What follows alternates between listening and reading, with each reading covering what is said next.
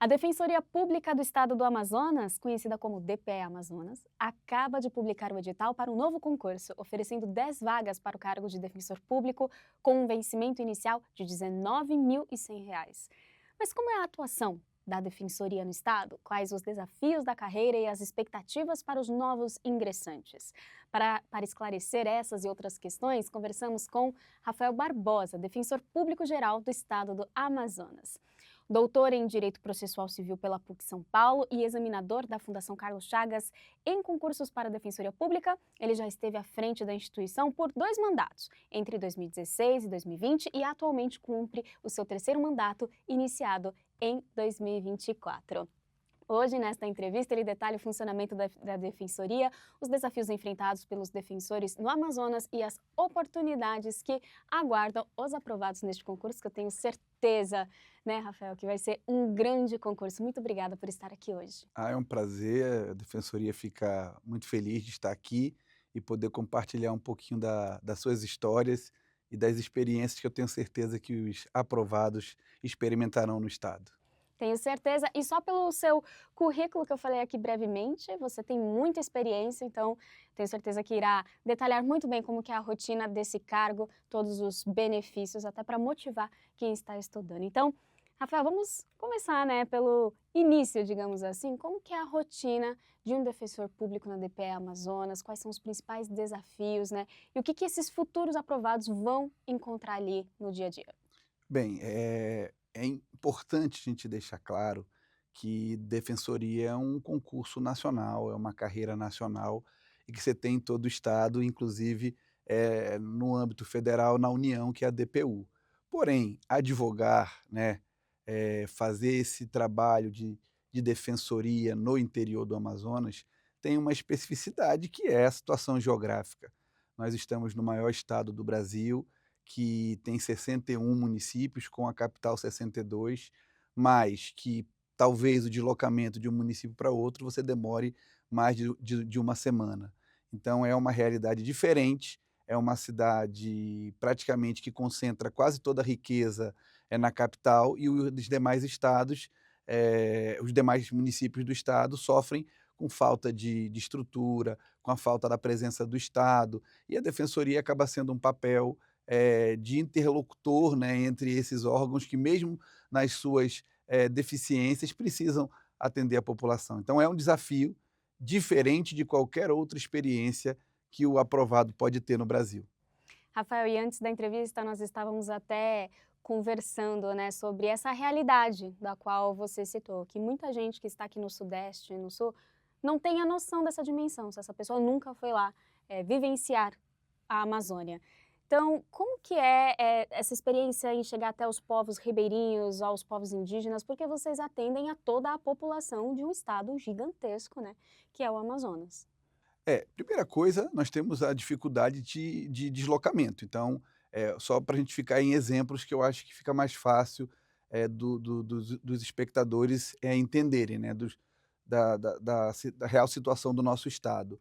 Agora, recentemente aprovado, foi um carioca, né, passou no último concurso, foi nomeado e foi para São Gabriel da Cachoeira. E aí uma semana ele em São Gabriel da Cachoeira, ele entra em contato comigo dizendo: "Olha, fiz, amizade com o exército, né, com um sargento aqui do exército, eles estão indo de avião para uma comunidade que eles só foram há 2 anos atrás, vão levar, atendimento de saúde, e a defensoria queria também participar para eu ter contato com a liderança, com o cacique, e estabelecer uma relação ali de atendimento, né, de de certo, um contato inicial para que a defensoria possa ter, né, ali saber qual as dificuldades daquela comunidade. Então, isso ele teve em uma semana de experiência como defensor. Isso não é normal, pegar um avião, de um avião do exército, ir para uma área que é protegida, né, que tem autorização da FUNAI, como esse trâmite funciona, ficar lá comendo a comida que eles produzem, porque não pode levar comida, só pode ter contato com, o indígena se tiver vacinado. Então, essas experiências realmente você só vai ver lá, não é comum. Então, o defensor ele tem que estar, né, sabendo que ele não vai ficar no gabinete, não vai ficar sentado na sala, no computador, vendo os processos no sistema do tribunal. Isso não é a Defensoria do Interior do Amazonas e essa não é o perfil que a gente quer. A gente quer o defensor que vá para a comunidade, que faça esse atendimento, porque muitas das vezes o que a gente precisa, na verdade, é fazer com que essas pessoas que não têm acesso a direitos comecem a saber quais são esses direitos e vá atrás deles aí naturalmente, empoderando a comunidade, criando ali focos de liderança que possam, né, fazer com que as demandas que eles tenham seja ouvida pelos prefeitos, pelo governador, pelo legislativo. Então, assim, é um trabalho diferente que realmente ultrapassa aquela ideia de que o defensor é um órgão burocrático. Muito bom, e é interessante você falar isso, porque no imaginário popular, ou pelo menos de pessoas que não são da área, não têm nenhum conhecimento ou contato, né, com o ofício de defensor, imagina que vocês ficam dentro de uma sala com um monte de papel e resolvendo coisas burocráticas, né, nessa sala. E você trazendo isso, né, que vocês vão a campo e eu acho que vocês também fogem um pouco da rotina, né, uma rotina diferente a cada dia. É mais ou menos isso? Chega a ser uma rotina dinâmica, podemos dizer isso? Sim, tem o trabalho, obviamente, porque existem os processos que também estão tramitando. E os processos hoje no Amazonas, eles são todos virtuais. Acho que no Brasil, principalmente na justiça estadual, todos eles são virtuais. Então, não deixa o defensor de ter esse trabalho também de fazer com que os processos andem. Só que o trabalho que a defensoria realmente faz a diferença no interior do Amazonas, numa cidade como São Gabriel da Cachoeira, numa cidade como Atalaia do Norte, de uma cidade como Maués, não é realmente o trabalho judicial, mas é esse trabalho que a gente tem, cobrado dos defensores e eles têm respondido com grande, desenvoltura, porque, nosso concurso, Lívia, ele não aprova só amazonenses. Por sinal, nos últimos 2 concursos, de 60 aprovados, só 5 de cada um eram amazonenses. Então, de 120 candidatos aprovados, 10 eram amazonenses. Então, quem é que está nas comunidades hoje? Quem é que está nas tribos? Quem é que está na população ribeirinha atendendo o indígena e o amazônida? É o carioca, é o paulista, é o nordestino, que foram aprovados e que estão hoje no Amazonas. E são muitos, e alguns dizem que não vão sair. Muito bom. E virão outros mais, né? Tomara. Com esse concurso que está aberto, um salário inicial de R$ 19.100. Isso é muito atrativo, com certeza, e nós vamos falar também dessa questão dos vencimentos básicos, mais progressão de carreira, mas eu ainda quero ficar um pouquinho mais nesse assunto, porque você com mais de 20 anos de carreira, certo? Uhum. Você viveu muitas histórias. Tem algo que te marcou? Porque vocês transformam vidas, realidades, comunidades. Tem uma história, ou mais de uma, enfim, real que marcou você, assim? Tem uma história que eu gosto de contar ela desde o início, porque ela realmente marca. Eu estava voltando de uma viagem que eu fiz para Washington, por causa da defensoria, para discutir direitos na Corte Interamericana. E quando eu cheguei, na verdade estava chegando em Washington. Quando eu cheguei em Washington, recebi uma ligação de um defensor do Amazonas, dizendo que tinha sido procurado por um defensor do Rio de Janeiro, que tinha sido procurado por um rapaz que trabalhava na FUNAI, no Amazonas, mas que era do Rio de Janeiro, que ele queria auxiliar os indígenas que estavam querendo casar. Isso aconteceu numa época que acho que foi logo no início do governo do governo Bolsonaro, então eu acho que os indígenas ficaram com medo de perder alguns direitos que poderiam ter previdenciários. E aí disseram que queriam casar. E eu, naquela hora, já vislumbrei, né, uma ação de impacto.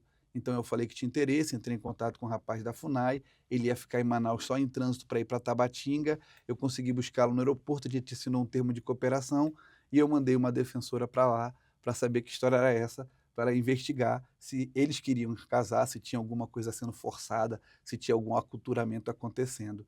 E ela me voltou de lá totalmente impactada, dizendo que realmente eles queriam casar e eram mais de 1.000 casais. Uau! Foram 1.000 casamentos coletivos que nós fizemos. É E nós mesmo? casamos em 3 cerimônias, eh, tr 4 tribos, né, diferentes. Uhum. Eles que prepararam todo o cenário do casamento, muitos inclusive com roupas, né, a caráter, e nós casamos 1.000 casais. Foram 2.000 pessoas beneficiadas por essa ação, e que aconteceu numa semana, em 3 dias, numa cidade chamada Benjamin Constant. Eu ia perguntar se isso aconteceu em uma tarde, um dia, mas foram Foram 3 3 dias, dias. e muitos dos casamentos a gente teve que se deslocar de barco para os locais onde seriam as cerimônias. Então, Levamos um juiz, vocês tiveram que dormir nesses dormimos locais? dormimos lá em Benjamin Constant e a gente deslocava de barco para fazer a cerimônia. E muitos dos casais que casaram nesse dia vinham também com a família inteira de canoa para o casamento, para a cerimônia. Eu posso depois compartilhar as fotos, porque realmente foi um casamento muito bonito. E aí me perguntaria aí, se eles quiserem se separar, a gente volta e faz o divórcio de 1000 também. A defensoria é para isso, é para unir quem quer ser unido e também para fazer o divórcio quando for o caso. Então, a defensoria está à disposição. E algum deles se divorciou? Não, que a gente não saiba, se divorciou foi pontual, não teve essa necessidade coletiva, né, de fazer um divórcio coletivo. Mas essa é uma ação que gerou impacto para a gente, por quê? Porque foi na minha primeira gestão, né? Isso inclusive foi para o Jornal Nacional e tudo mais.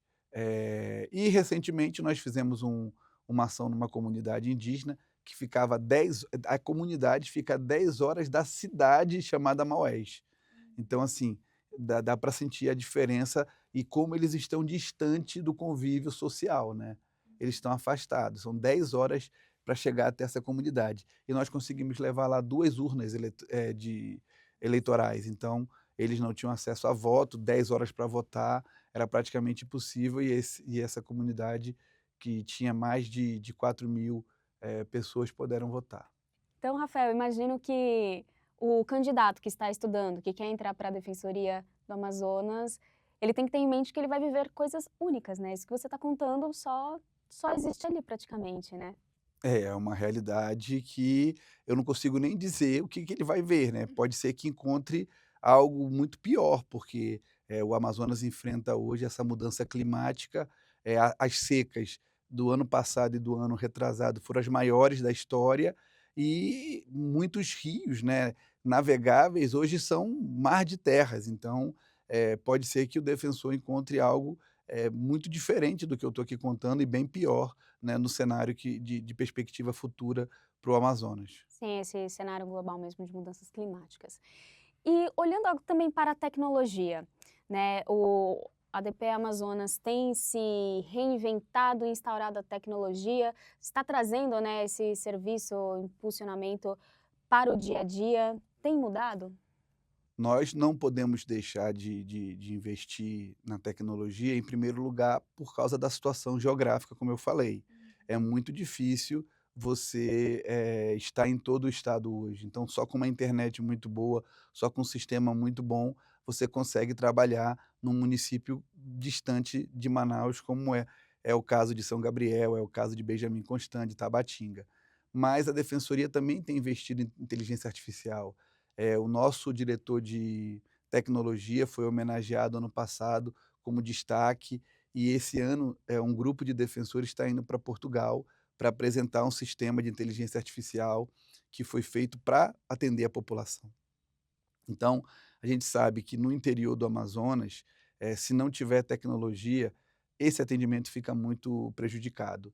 E hoje a gente não existe nenhuma defensoria que não esteja pensando, né, na verdade não existe nenhuma carreira jurídica que não esteja pensando em como, tecnologias como o ChatGPT podem melhorar a vida do defensor. Então isso ele pode contar que a defensoria está trabalhando, está com projetos paralelos que visam, né, sempre incrementar a tecnologia a serviço, do nosso assistido e do nosso trabalho.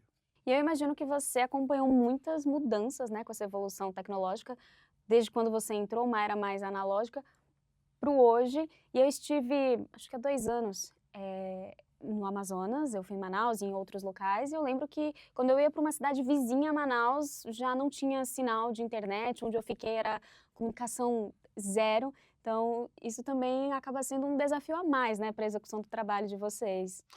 A gente tinha muita dificuldade com a internet. Graças a Starlink muito mudou, né, isso mudou bastante. Hoje você consegue, pegar um barco, né, uma lancha rápida que é o que faz o percurso entre as cidades do interior, e toda lancha rápida tem internet da Starlink, então você consegue trabalhar. Hoje o defensor ele se desloca às vezes 8 horas, 9 horas numa lancha rápida, mas ele vai trabalhando, ele vai peticionando, por quê? Por causa da Starlink. Quando a gente fez essa ação que eu acabei de falar, que nós subimos 10 horas de Maués para a comunidade indígena, só conseguimos fazer o atendimento com INSS, com o TRE, porque tinha Starlink. Então, hoje, a tecnologia ela está acompanhando tanto a justiça amazonense como também a defensoria pública. Que bom, né, o órgão tem esse aparato.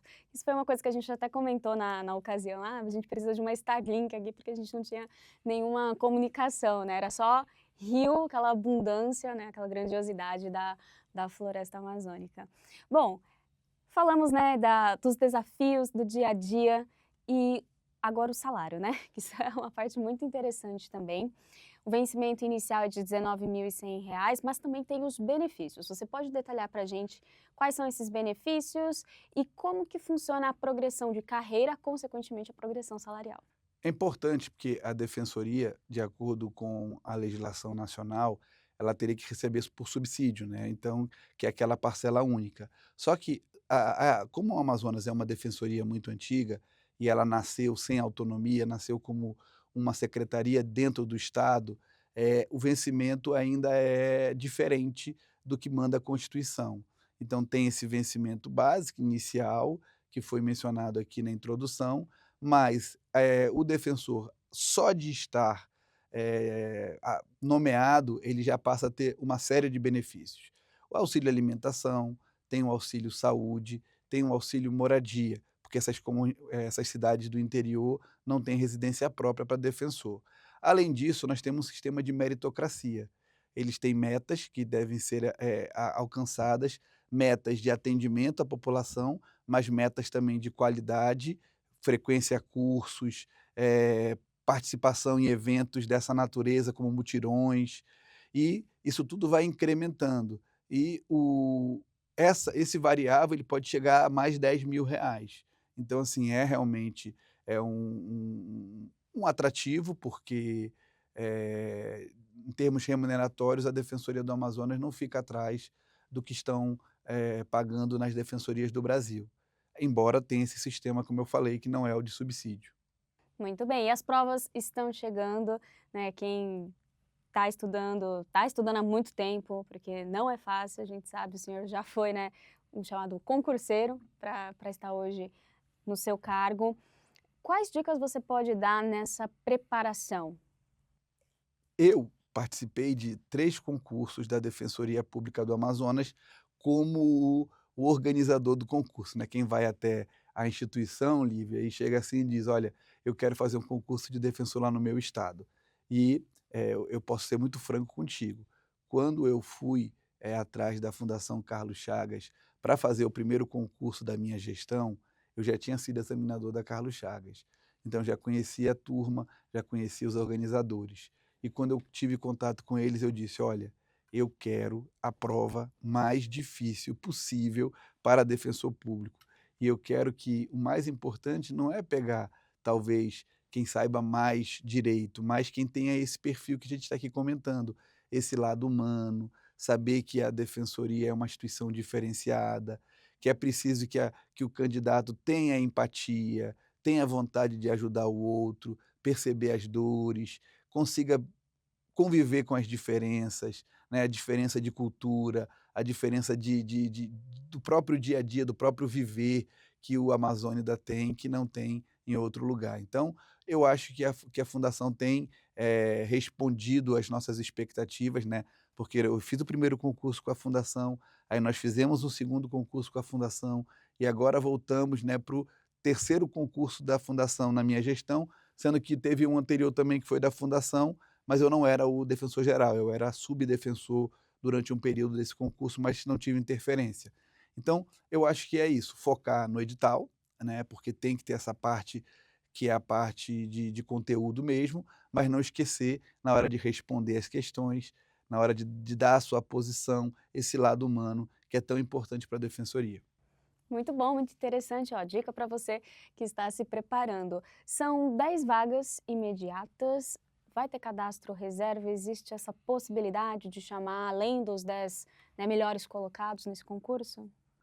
Essa informação é informação em off, né? Só que não é off, porque nós estamos aqui falando com todos os candidatos, mas a questão das 10 vagas é uma questão orçamentária, porque para a defensoria abrir concurso e dizer que vai nomear 10, 20 e 30, ela tinha que ter um orçamento para isso.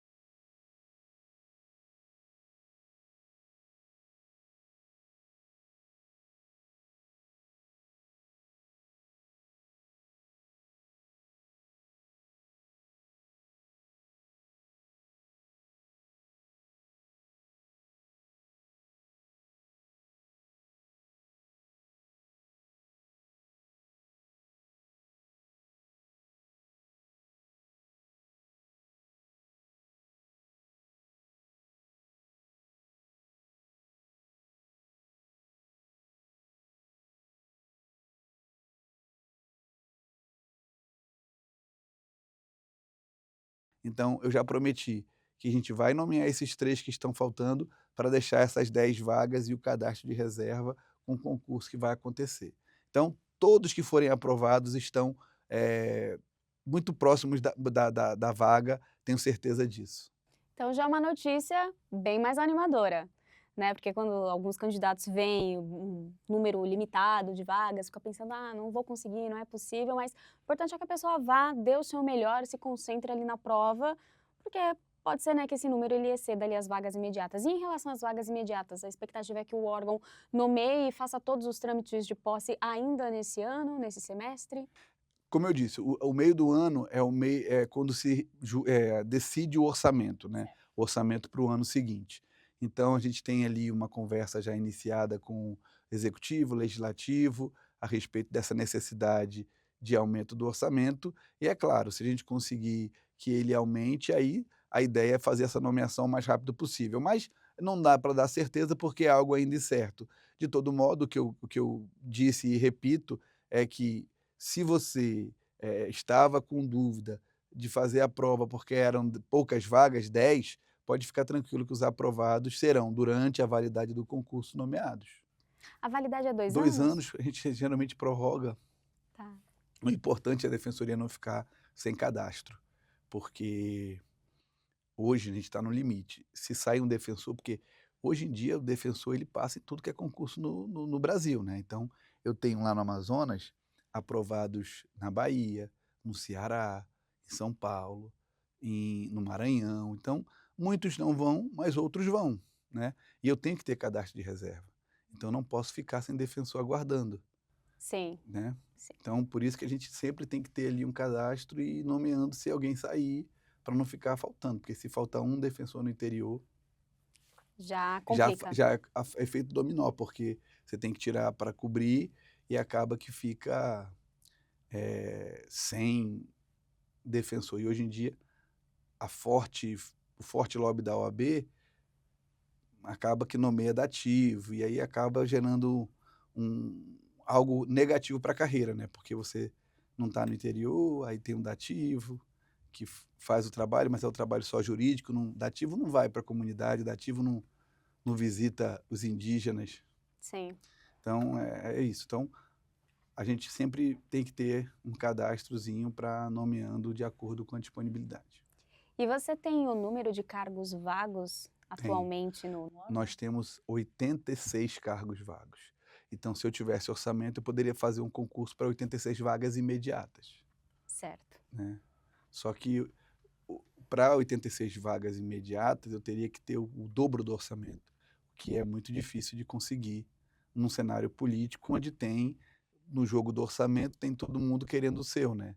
Porque é um bolo que é dividido com o executivo, que tem a maior parte, o legislativo, o judiciário, que tem uma parte significativa, o Ministério Público e o TCE, que acaba que se desgarrou do legislativo para ter aí fome própria, fome e sede própria. Então fica todo mundo querendo puxar para o seu lado, né. E a defensoria é a mais fraca, trabalha para o pobre, então não tem muito poder de barganha nessa disputa. Entendi. E nós estamos falando aqui, né, de defensoria, que é uma carreira jurídica, mas vocês têm expectativa para realizar um concurso em breve para servidores, técnicos e analistas? nós percebemos que, por mais que o defensor seja, né, esse agente político que vai até a comunidade, que faz esse tipo de interlocução com os povos vulneráveis, é impossível que ele consiga fazer um bom trabalho se ele não tiver um background, se ele não tiver um apoio. Então, esse apoio, tanto na atividade fim como na atividade meio, tem se mostrado essencial. Então, hoje o que eles mais pedem para mim é um assessor, um analista, um contador para fazer um cálculo, um assistente social para atender uma criança que foi vítima de violência, um psicólogo para fazer um acolhimento. Então, assim, hoje uma defensoria forte, ela não pode deixar de contar com esses profissionais. Então, a gente vai ter ainda esse ano um edital para a atividade meio, que são esses colaboradores de outras áreas, mas também para esse suporte para o defensor, que é o assessor, né, o assessor jurídico e o assistente técnico. E você tem uma estimativa também de quantas vagas poderiam ser abertas? Esse concurso ele vai ser um pouco diferenciado, porque essas vagas elas vão para o interior. Então, nós temos em cada interior o que a gente chama de polo. E esse polo ele conta com um analista, com assessor, com contador e tudo mais. Então, a nossa ideia, como a gente está com pouca folga orçamentária, é colocar uma vaga apenas para cada polo, mas, como eu disse, com aquela perspectiva de cadastro de reserva e ir nomeando de acordo com a disponibilidade orçamentária. Mas, assim, o interessante é que não vai ser um concurso para o Amazonas genérico, vai ser localizado. Então, quem quiser fazer a prova em Maués, vai saber que vai ficar em Maués. Quem quiser fazer a prova em São Gabriel da Cachoeira, vai saber que vai ficar em São Gabriel da Cachoeira. Não vai ter como ele se deslocar. Então a pessoa ela pode escolher antes o município do qual ela quer atuar e que Isso, ela quer morar. isso, isso. Ah, entendi. Isso, como foi o nosso primeiro concurso. Porque o que acontece no Amazonas? O interior ele tem uma dificuldade muito grande. Então, a pessoa passa no interior e quer vir para a capital, para ficar, né, no conforto da cidade. Só que a gente precisa das pessoas no interior. Então, uma das formas de amarrar esse candidato aprovado no interior que ele foi aprovado é regionalizando o concurso. Então, ele já sabe. Alguns, inclusive, já foram para a justiça para querer ficar em Manaus e perderam, por causa dessa regrinha que é importante para manter o serviço no local que mais precisa, que é a comunidade carente do interior.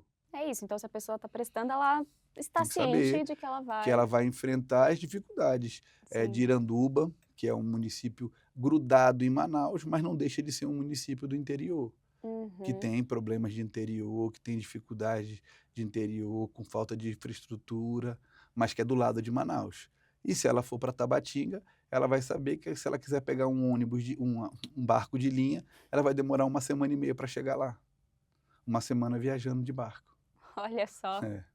Então Achei tem que, que saber isso. achei que só os ribeirinhos levavam uma Não, semana para chegar tem lá. defensor que prefere, porque como a malha viária ela é muito ruim, então é comum eles cancelarem os voos.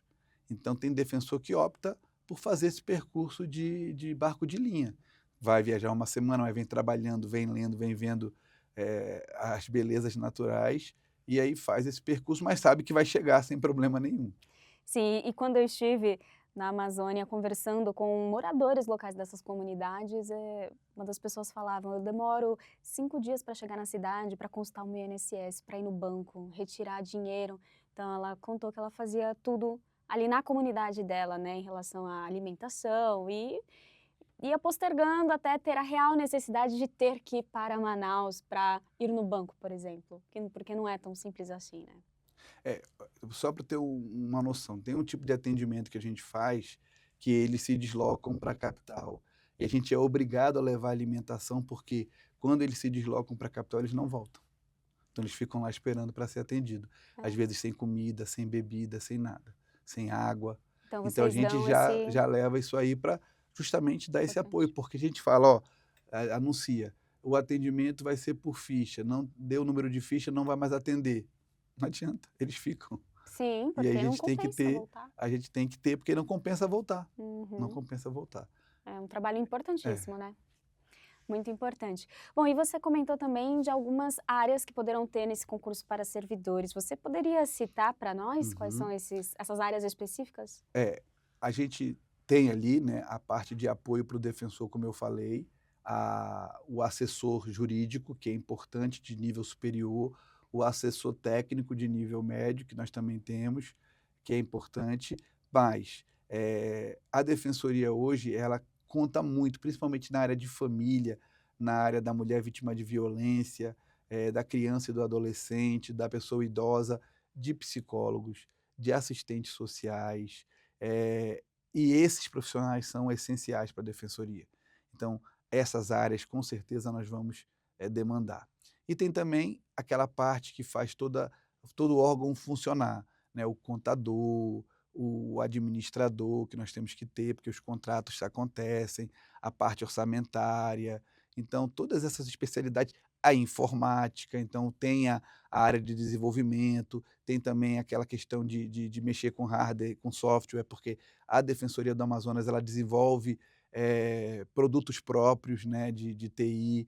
Então, é praticamente tudo, né? Se nós pegarmos o último concurso que fizemos, que foi global, vai ter até mais carreiras do que nós tivemos naquele primeiro. Engenheiro, eu falei, porque a Defensoria constrói as sedes no interior. Então, realmente é um concurso que mexe com muitas áreas. Muito bem, expectativa de salário, dá para se basear no último edital ou pode ter uma correção? Nós estamos eu entrei nessa minha terceira gestão, e ano passado eu fiz uma database grande, de 16%.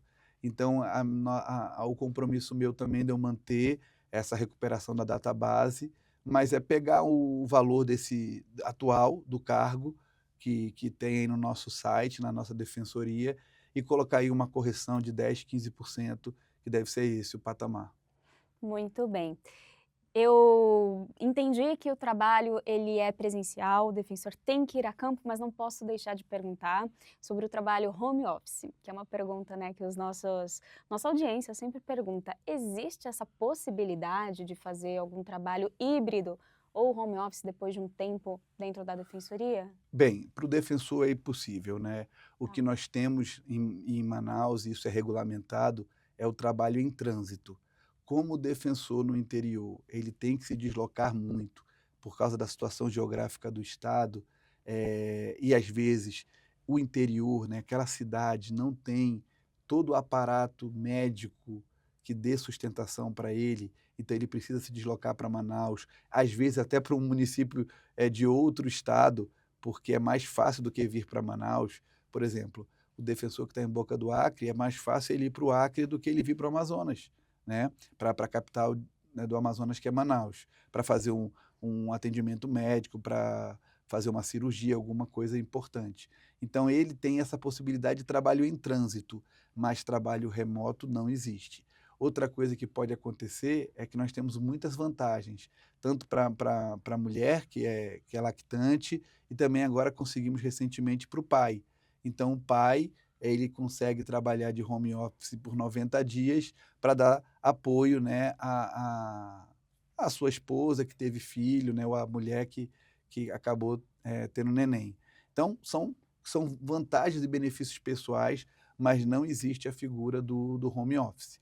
É claro que algumas audiências, como são virtuais, o defensor de Manaus acaba fazendo algumas do interior, mas isso não é uma autorização para ele morar num outro estado ou num outro país, porque o vínculo com a população, ele não pode ser quebrado. Tá certo, pergunta mais do que respondida.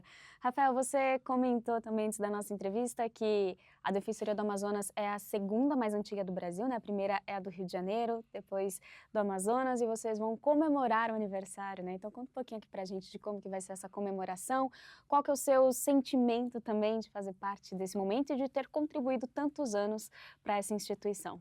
A Defensoria do Amazonas é uma trintona, né, já bateu os seus 35 anos.